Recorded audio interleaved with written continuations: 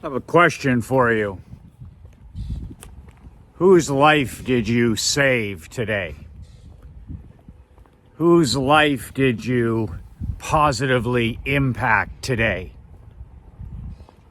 Or whose life did you inspire or motivate or improve with your presence today? Or are you like 91.3% of the men in today's world that are unhappy, depressed, and lonely? Me. All about me. Michael McLean, BrassBallsVideos.com. I am an ex-minor league professional hockey coach, championship amateur hockey coach turned 8-figure entrepreneur. You can download a free copy of my book at the link below in the comments. 5 ways to unfuck your life in the next 30 days. It's a free 22-page digital download. Print it off, share it, study it. It's my gift to you. You can easily read it in one sitting. No fluff, no filler, no bull. If you need to, from time to time, like I do, get your shit together, this is the blueprint. This book will show you how fast. So I have to tell you a story. I don't want to get emotional about this, but my wife Krista and my daughter Emery, my 11-year-old daughter, we were out last Thursday night here in Southwest Florida, and it was the night after I did a Zoom call masterclass. And one of the things that I do to celebrate every month after I write my newsletter and after I do my live training is I take my wife and my daughter to this Mexican restaurant here in Naples. And it's a family-run restaurant. It's one of my favorite places in this city. And my wife makes fun of me, my daughter makes fun of me because it's one of my favorite places. Like a millionaire lifestyle is lost on me. All my life I wanted to be rich, I wanted to be famous, and none of that stuff matters to me anymore. I'm happy with my Tim Hortons coffee or my Dunkin' Donuts coffee. If I have a book, a chair at the end of the dock, and something to read, I'm a happy guy. If I'm with my girls, my queen and my child, and I got coffee and something to read, I'm a happy man. That luxury lifestyle is completely lost on yours, relentless. So we go out on Thursday night to this Mexican restaurant and we do the usual thing. We order our drinks, we order our meal. I always get the steak fajitas.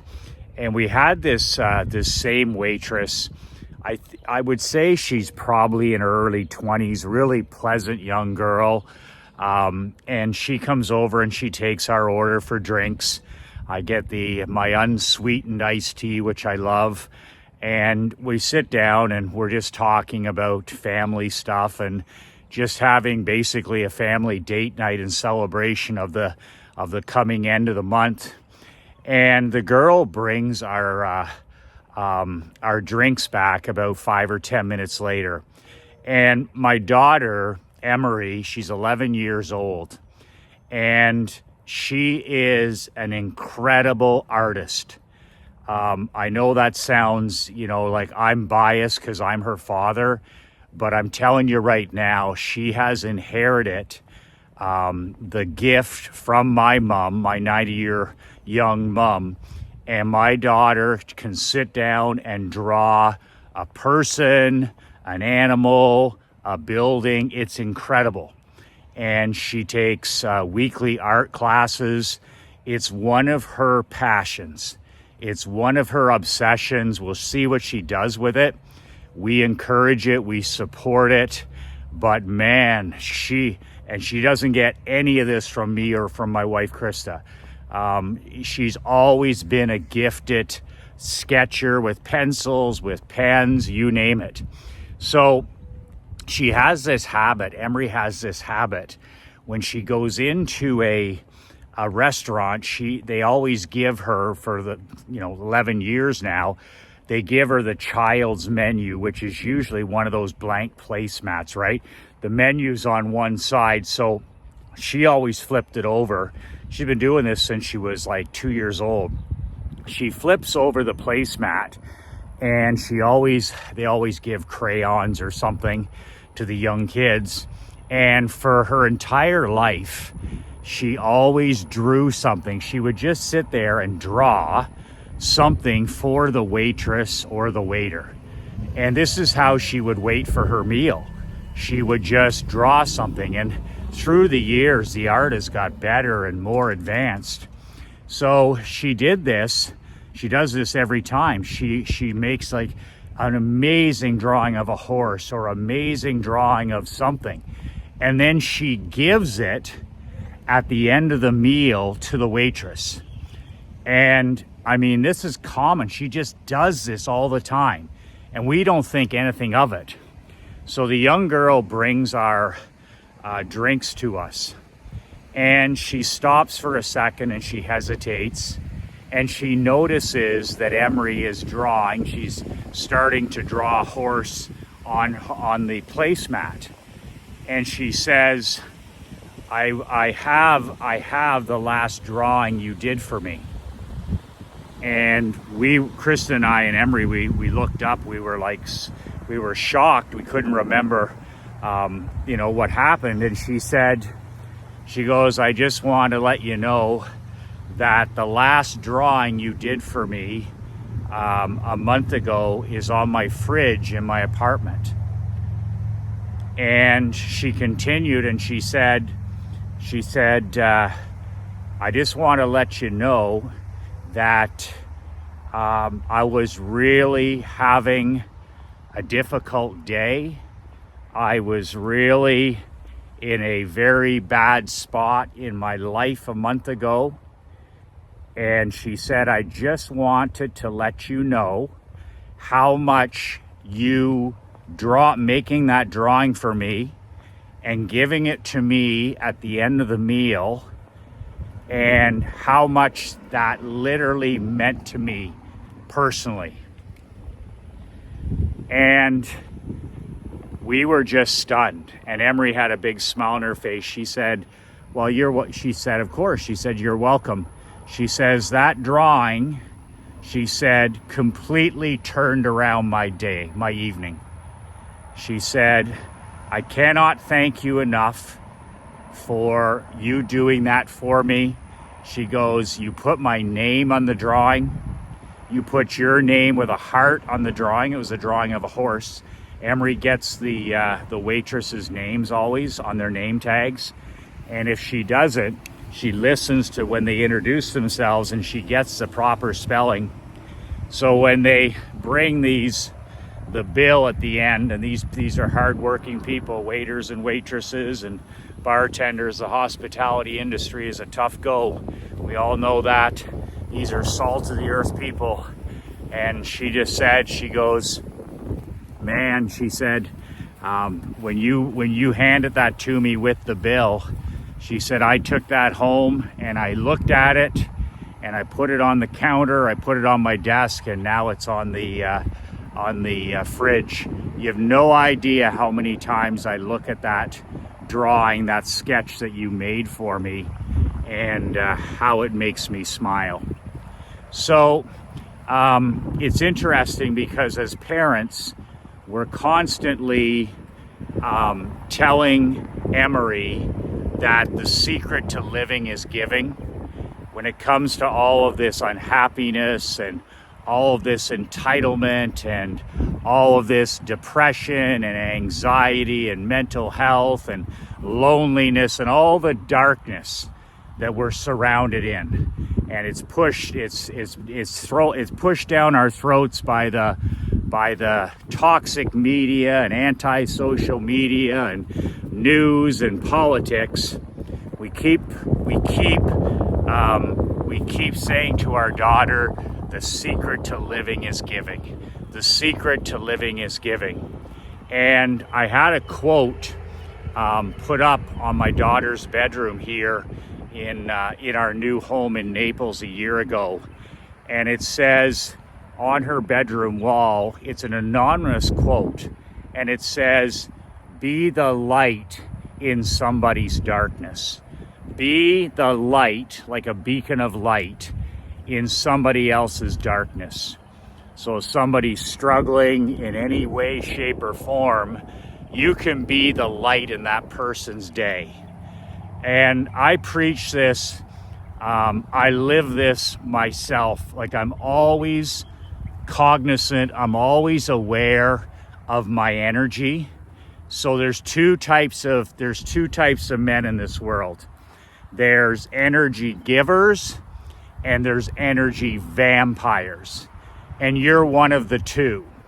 So I always say to Emery, I say, you know, when you meet people, when you talk to people, you're either giving energy or you're sucking energy.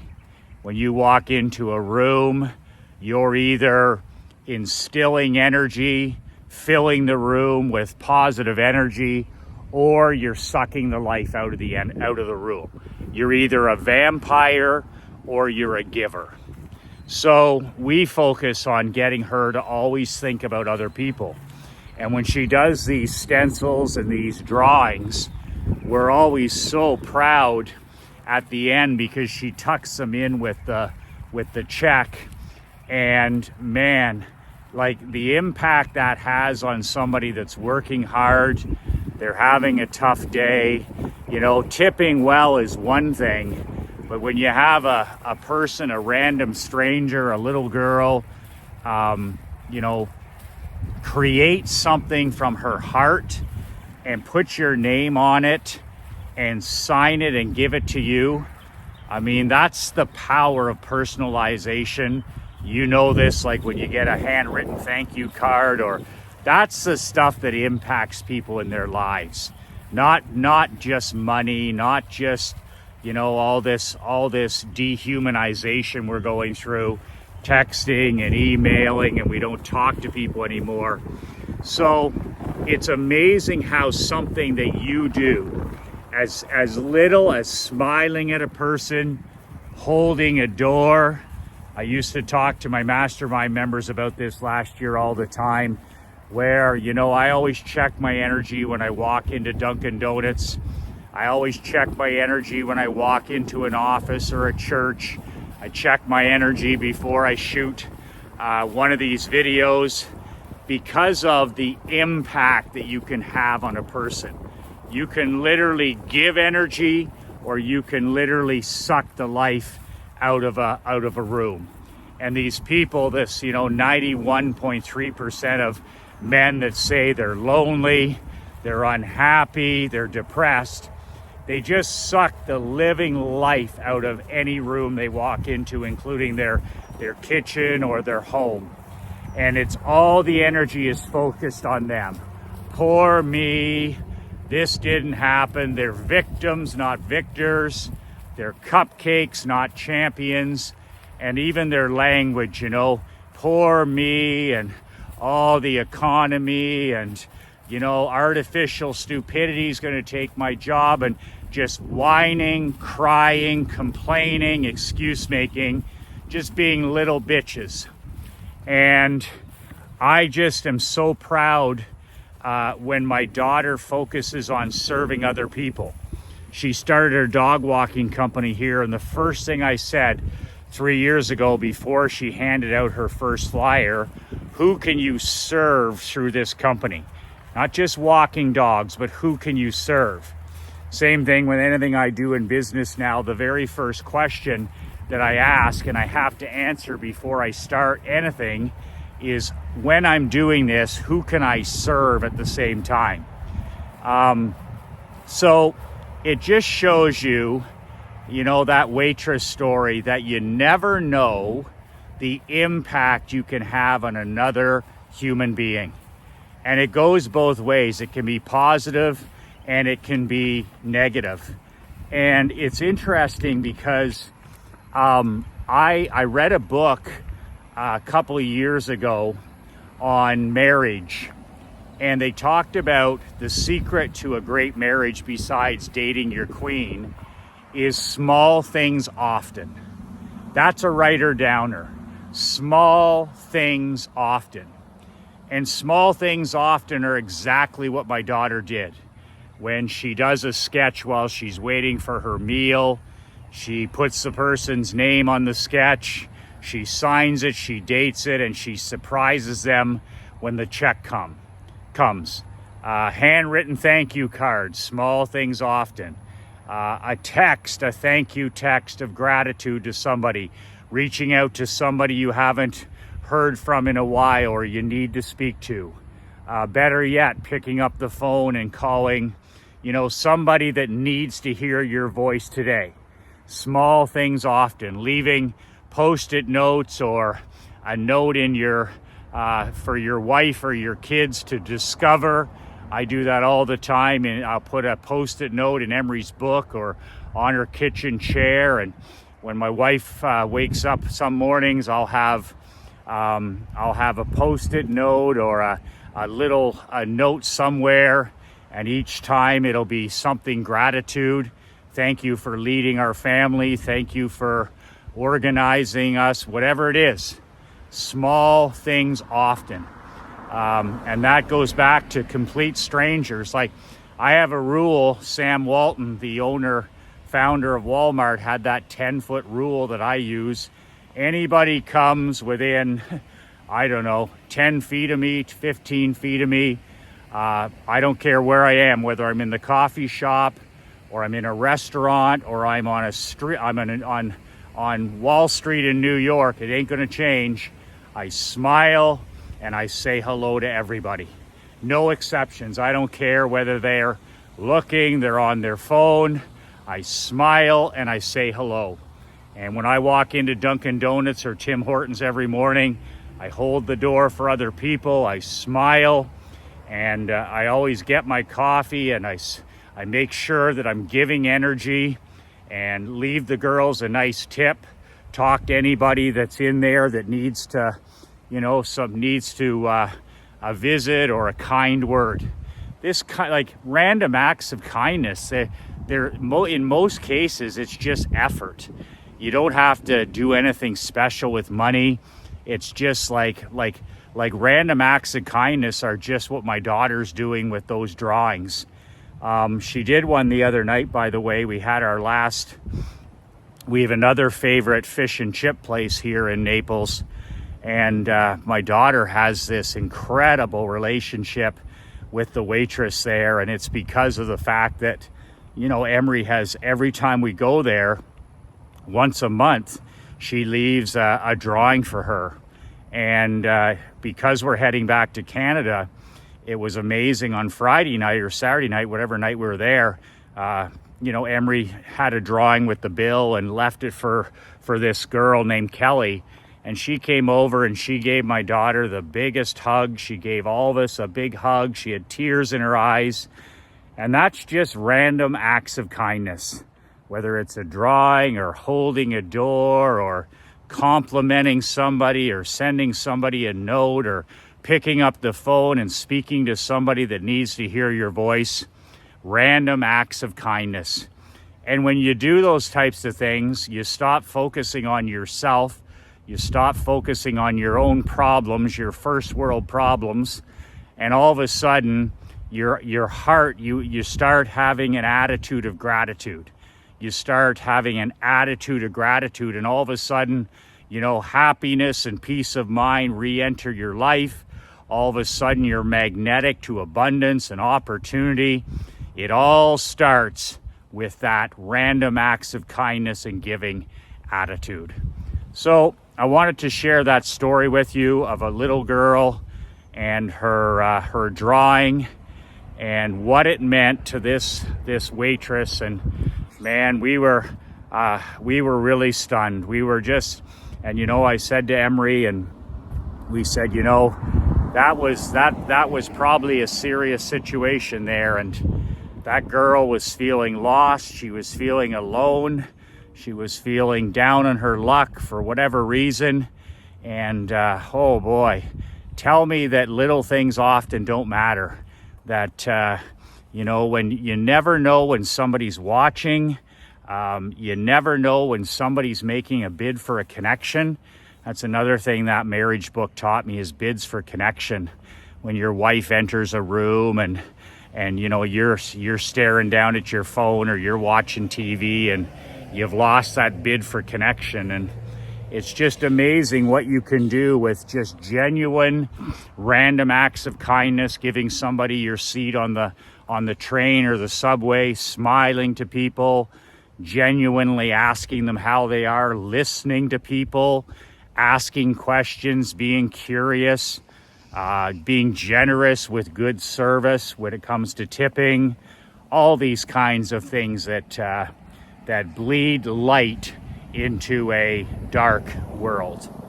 Like I said, you can download my book for free at brassballsvideos.com. 22-page book, 5 ways to unfuck your life in the next 30 days. Nothing else to buy. The link is in the comments below. As soon as you send me your email, I will send you the link to the book within 5 minutes. Within 5 righteous minutes. So remember, attitude of gratitude. Attitude of gratitude. The hole we receive through is the same size as we give through. How can you do little things, little bids for connection in your own home? How can you have that attitude of gratitude every day?